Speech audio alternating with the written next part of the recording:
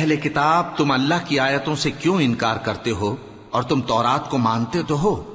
اے اہل کتاب تم سچ کو جھوٹ کے ساتھ خلط ملط کیوں کرتے ہو اور حق کو کیوں چھپاتے ہو جبکہ تم جانتے بھی ہو؟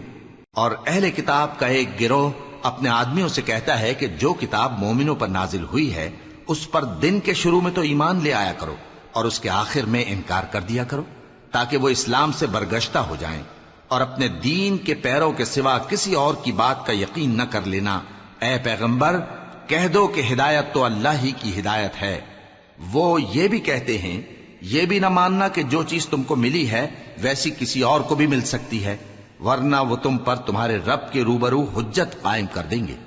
اے پیغمبر کہہ دو کہ بزرگی اللہ ہی کے ہاتھ میں ہے، وہ جسے چاہتا ہے دیتا ہے، اور اللہ کشائش والا ہے، علم والا ہے۔ وہ اپنی رحمت سے جس کو چاہتا ہے خاص کر لیتا ہے، اور اللہ بڑے فضل کا مالک ہے۔